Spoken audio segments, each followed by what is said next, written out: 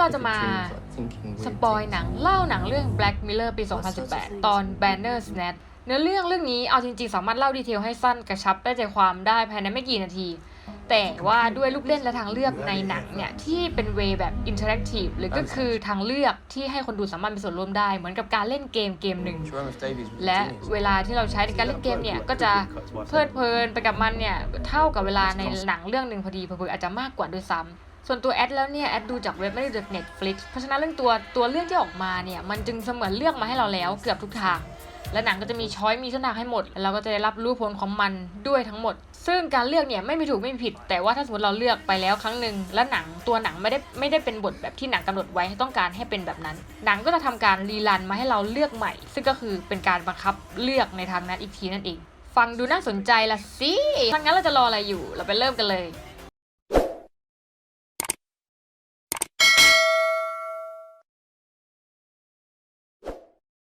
เริ่มเรื่องพระเอกของเรื่องเนี่ยเขากำลังพยายามที่จะทำเกมหนึ่งขึ้นมาโดยอ้างอิงจากนิยายเรื่องหนึ่งที่ชื่อว่า Bandersnatch ซึ่งเป็นนักเขียนที่เขาชอบมาก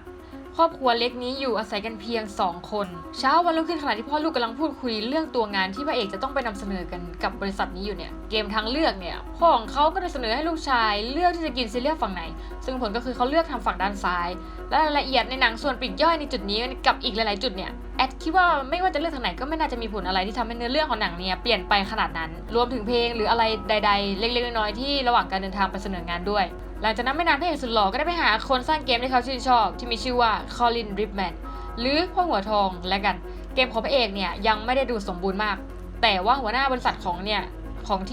งที่ริปแมนเขาทำงานอยู่เนี่ยกลับรู้สึกชื่นชอบเกมนี้มากๆแล้วมันก็รู้สึกเจ๋งดีที่มีทางเลือกด้วยเว้ยอินเทอร์แอคทีฟให้กับคนเล่นได้มีส่วนร่วมขนาดนั้นจริงๆเขาเลยอยากให้พระเอกเนี่ยกลับไปพัฒนาต่อโดยช้อยตัวเลือกต่อมาก็ได้ปรากฏขึ้นก็คือรับข้อเสนอหรือไม่รับข้อเสนอที่ว่าก็คือการที่จะมีทีมคอยช่วยเหลือพระเอกทั้งหมดเลยทั้งในด้านตัวงานเสียงต่างๆนะมีทีมคอยซัพพอร์ตคุณซึ่งต้องบอกกันว่าหนังของเรามันโฟลว์ไปในทางรับข้อเสนอและจากนั้นก็แสดงเหตุการณ์ที่เมื่อพระเอกกลับมาบ้านเนี่ยเขาและพ่อก็ได้นั่งดูทีวีช่องหนึ่งที่มีนักวิจารณ์ออกมาพูดถึงเกมของเขาว่ามันไม่ได้ดีไม่ได้มีประสิทธิภาพอะไรเลยเป็นเกมที่ห่วยแตกมากเขาให้0 จาก 5 ดาวนั่นทำให้พระเอกพูดกับพ่อว่าผมจะต้องกลับไปเล่นใหม่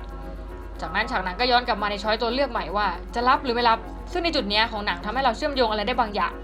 งมันไม่ได้เป็นทฤษฎีแปลกใหม่อะไรเลยทุกทางเดินที่เราเลือกเนี่ยเรามีอิสระจากการเลือกนั้นๆและเมื่อเราไม่ได้เลือกทางเดียวกับผู้ที่กำหนดชีวิตเราได้เลือกไว้ในที่นี้อาจจะหมายถึงโชคชะตาหรืออะไรก็แล้วแต่อาจจะมีคนนำไปตีความอะไรต่างๆนานาแต่สุดท้ายสถานการณ์ทุกอย่างเนี่ยมันก็จะผันผวนไปในทิศทางที่มันต้องเป็นไปอยู่ดีและหัวหน้างานก็ได้ถามเขาอีกครั้งและคำตอบก็คือไม่พระเอกก็เลยกลับมาทำเองไอ้คอลินเจ้าของเกมเนี่ยก็ยังได้นิยามตัวพระเอกอีกว่าเขาเนี่ยเป็นคนที่มีความเป็นช่างฝีมือนะแล้วก็อาจจะต้องทำงานคนเดียวถึงจะดูสำเร็จได้ไวกว่าซึ่งหนังตอนนี้ก็ปูไปว่าจริงๆแล้วพระเอกก็มีปัญหาทางจิตและก็ได้พบกับจิตแพทย์อยู่เสมอตัวเลือกก็ขึ้นมาให้เราเลือกอีกแล้วว่าเราเนี่ยเลือกที่จะเล่าเรื่องราวต่างๆให้จิตแพทย์ฟังหรือเปล่าซึ่งเมื่อเลือกเล่าผลก็คือในตอนเด็กเนี่ยหนังก็ฉายย้อนไปว่าพระเอกมีปมจากเหตุการณ์นึงที่ว่าพ่อของเขาชอบเอาตุ๊กตาไปซ่อนด้วยความที่เป็นเด็กอายุ5 ขวบแล้วจึงอยากที่จะให้ลูกของเขาเนี่ยเลิกติดตุ๊กตาสักทีแต่ในวันนั้นพระเอกต้องนั่งรถไฟไปกับแม่แต่เขาก็มัวที่จะหาตุ๊กตาแล้วก็ไม่ยอมไปนั่นทำให้แม่ที่พูดเกี่ยวกับพระเอกอยู่เนี่ยได้เดินทางไปขึ้นรถไฟในเที่ยวที่สายกว่ารอบที่คิดไว้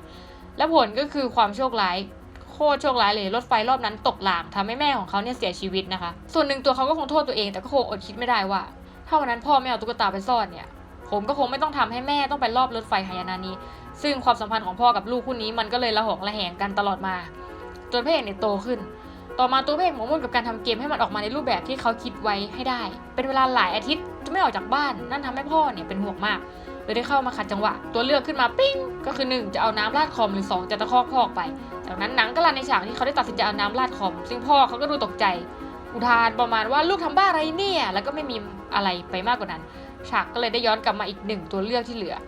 เขาคอยตะคอกพ่อด้วยความที่ไม่ได้ยั้งคิดแต่ลึกก็รู้สึกผิดอยู่เหมือนกันพ่อตกใจและได้ยืนยันที่จะพาพระเอกออกไปกินข้าวข้างนอกแต่เมื่อไปถึงเหตุการณ์มันกลับไม่เป็นอย่างนั้นพ่อได้พาเข้ามาถึงหน้าสถานที่รักษาโรคทางจิตเวชตัวเลือกช้อยขึ้นมาปิ้งมี2 ทางก็คือเลือกเข้าไปหาหมอหรือเลือกที่จะไปกับคอลินริปแมนหนุ่มหัวเหลืองที่บังเอิญเดินอยู่แถวนั้นพอดีและเราก็เลือกตามริปแมนไปหัวเหลืองได้ชวนพระเอกให้มาที่บ้านของเขาและได้บอกว่าเนี่ยนายกำลังตกอยู่ในหลุมดำและฉันจะเป็นคนพานายขึ้นมาเองนะ เขาได้ยื่นยาให้พระเอกสูบแล้วได้พูดคุยกับเรื่องเกมที่มีชื่อว่าแพ็กแมนมันคือเกมแห่งนรกเราต้องรับสารเฉพาะสิ่งที่ผู้ป้อนเนี่ยอยากจะให้เรารับรู้เท่านั้นมันดูเหมือนจะอิสระแต่แท้จริงแล้วมันไม่ได้มีความสุขเลยลิปแมนเชื่อเรื่องโลกคู่ขนานนั่นหมายถึงถ้าเราตายไปตอนนี้เราในอีกร่างหนึ่งเนี่ยชีวิตก็ยังมีชีวิตอยู่ลิปแมนก็เลยได้ชวนให้พระเอกไปที่ระเบียงแล้วก็ชวนโดดลงไปข้างล่างแม่เจ้าช้อยขึ้นมาอีกใครจะเป็นคนโดดและหนังก็ดันไปที่ลิปแมนโดดโอเคแล้วภรรยาก็ได้เดินเข้ามาดูแล้วก็ตกใจกับเหตุการณ์ที่เกิดขึ้นแล้วหนังเนี่ยก็ตัดย้อนกลับมาตรงที่เดิมเหตุการณ์เลยต้องดำเนินกลับมาในตอนที่พระเอกตัดสินใจเข้าไปพบจิตแพทย์กับพ่อและหมอได้สั่งยาให้พระเอกเพิ่มรวมถึงได้บอกเบอร์ติดต่อว่าถ้าหากมีเหตุการณ์ใดที่เกิดขึ้นเนี่ยและต้องการช่วยเหลือเนี่ยคุณสามารถโทรหาได้ตลอดเลยนะและเมื่อกลับมาบ้านพระเอกก็ดันทิ้งยาทั้งหมดลงถังขยะซะงั้นและเมื่อถึงวันกำหนดส่งงานเนี่ยพระเอกได้มาถึงที่ทำงานแล้วก็ได้พบว่าลิปแมนหัวเหลืองนั้นหายตัวไปจริงๆทั้งจากสภาพที่เห็นและจากคำให้การของหัวหน้าของพระเอกคำให้การเชียวซึ่งตัวนี้อาจจะไปเกี่ยวเชื่อมโยงกับช้อยที่เลือกก่อนหน้าก็ได้แต่ก็น่าแปลกเพราะว่ามันก็เป็นคนละช้อยกันเรื่องราวไม่น่าจะไปติดต่อกันและในขณะที่กำลังตรวจงานเนี่ยชิ้นงานนั้นเนี่ยมันก็ดูจะมีปัญหาสะดุดทำให้พระเอกต้องขอเวลายื่นส่งงานออกไปและจะใช้เวลาในเสาร์อาทิตย์นี้เนี่ยเพื่อแก้ระบบงานเขาได้ขอหัวหน้างานว่าอย่างนั้นแม้ตอนแรกหัวหน้าเนี่ยดูจะไม่รับคำร้องทุกข์ใดๆแต่ก็ยอมในที่สุดในขณะที่พระเอกกลับมาแก้เกมงานของเขาจู่ๆก็รู้สึกว่าทำไมมือของตูเนี่ยไม่สามารถควบคุมอะไรไปในทิศทางที่จิตใต้สำนึกของตัวเองสั่งได้เลยวะจึงได้หัวเสียและตะโกนขึ้นมาว่าใครเป็นคนควบคุมฉันบอกมาสิจ๊ะตัวเลือกขึ้นมาทันใดสัญลักษณ์ของ Netflix และรูปปีศาจหนังลัดไปที่คำตอบ Netflix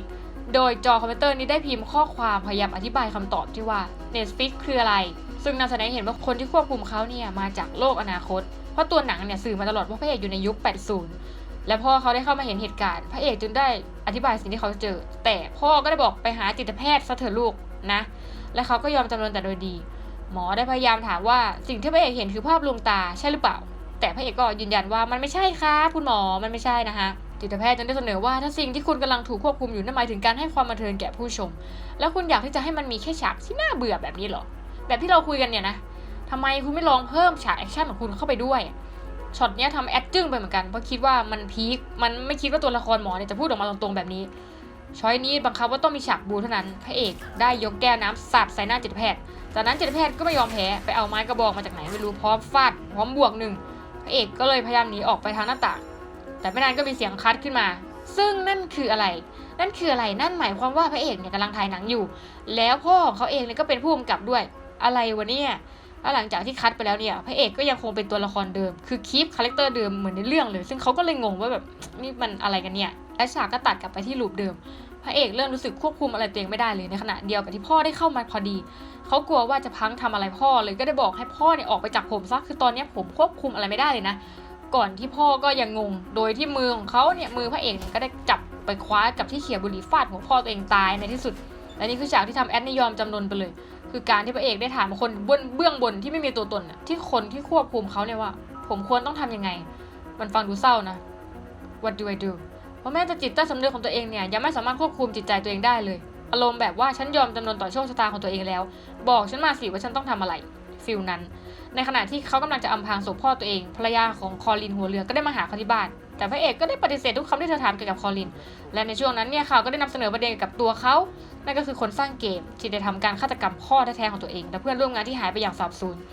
พระเอกได้โทรไปหาหมอจิตแพทย์ที่ว่าและได้มาพูดคุยกันและก็ดูเหมือนกับว่าตัวเขาเนี่ยได้พยายามจะกลับไปแก้ไขเรื่องราวทั้งหมดที่เกิดขึ้นโดยการไม่ยอมให้พ่อเอาตุ๊กตาไปซ่อนได้สำเร็จนั่นทำให้เขาเลือกที่จะนั่งรถไฟไปกับแม่ซึ่งนั่นก็หมายความว่าในตอนนี้เขาได้เสียชีวิตไปแล้วในระหว่างที่นั่งคุยกับจิตแพทย์อยู่และพ่อเนี่ยก็ได้อยู่ข้างๆเขากับจิตแพทย์และเรื่องราวก็ได้จบสิ้นไปความรู้สึกหลังดูโดยรวมก็รู้สึกว่าชอบและเป็นหนังที่เหมือนพยายามจะทดลองตลาดในตอนนั้นในปี 2018 เนี่ยว่าหนังทำแนวนี้ออกมาแล้วมันจะเวิร์กไหมซึ่งระหว่างดูไปแอดรู้สึกว่าหนังจะค่อยๆมีช้อยมาให้เลือกตอบในเวลากำหนดแล้วถ้าหากเราไม่เลือกเนี่ยมันก็จะตัดไปเองซึ่งทำให้เรารู้สึกว่าเราอยากเลือกเราอยากมีปฏิสัมพันธ์กับตัวละครทุกอย่างเลยเรารู้สึกว่าเหมือนเล่นเกม The Sims เรื่องนึงแล้วตอนจบมันก็มีเป็นหลายๆตอนน่าจะเป็น10ตอนได้ซึ่งอันนี้เป็นแค่ฉาก1ที่แอดได้ดูเป็นแค่ตอนจบ1ซึ่งแอดคิดว่าถ้าช้อยไม่มีลูกเล่นแบบนี้หนังเรื่องนี้อาจจะกลายเป็นเพียงหนังเรื่องนึงที่ดูธรร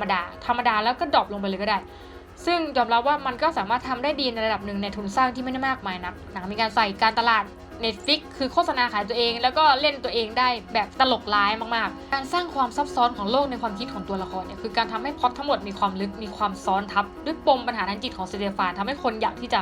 เป็นคนกำหนดเรื่องราวนั้นแล้วก็อยากที่จะรู้เรื่องราวนั้นเหมือนเขาเล่นเกมจริงๆซึ่งคำถามทางเรื่องต่างๆจะพาเราไปกระเทาะเอาเบาะแสมาต่อกันเอาเองเป็นภาพรวมจนสุดท้าย